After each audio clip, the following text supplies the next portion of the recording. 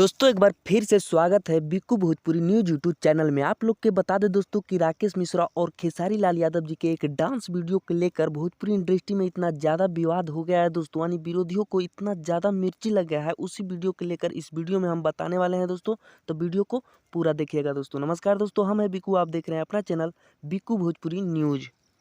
तो दोस्तों सबसे पहले तो आप लोग एक बात समझ सकते हैं, खेसारी लाल यादव के साथ डांस करना प्रॉब्लम विरोधी का नहीं है। खेसारी लाल यादव जी के गाना पे डांस किया, उसको लेकर ज़्यादा मिर्ची लग रहा है दोस्तों जी। ये बात आप लोग भी समझते होंगे दोस्तों। तो जितने भी खेसारी लाल यादव जी के फैंस हैं, इस वीडियो को लाइक करके चैनल को सब्सक्राइब करके जुड़ जाएगा और ज़्यादा से ज़्यादा शेयर कर दीजिएगा दोस्तों जी।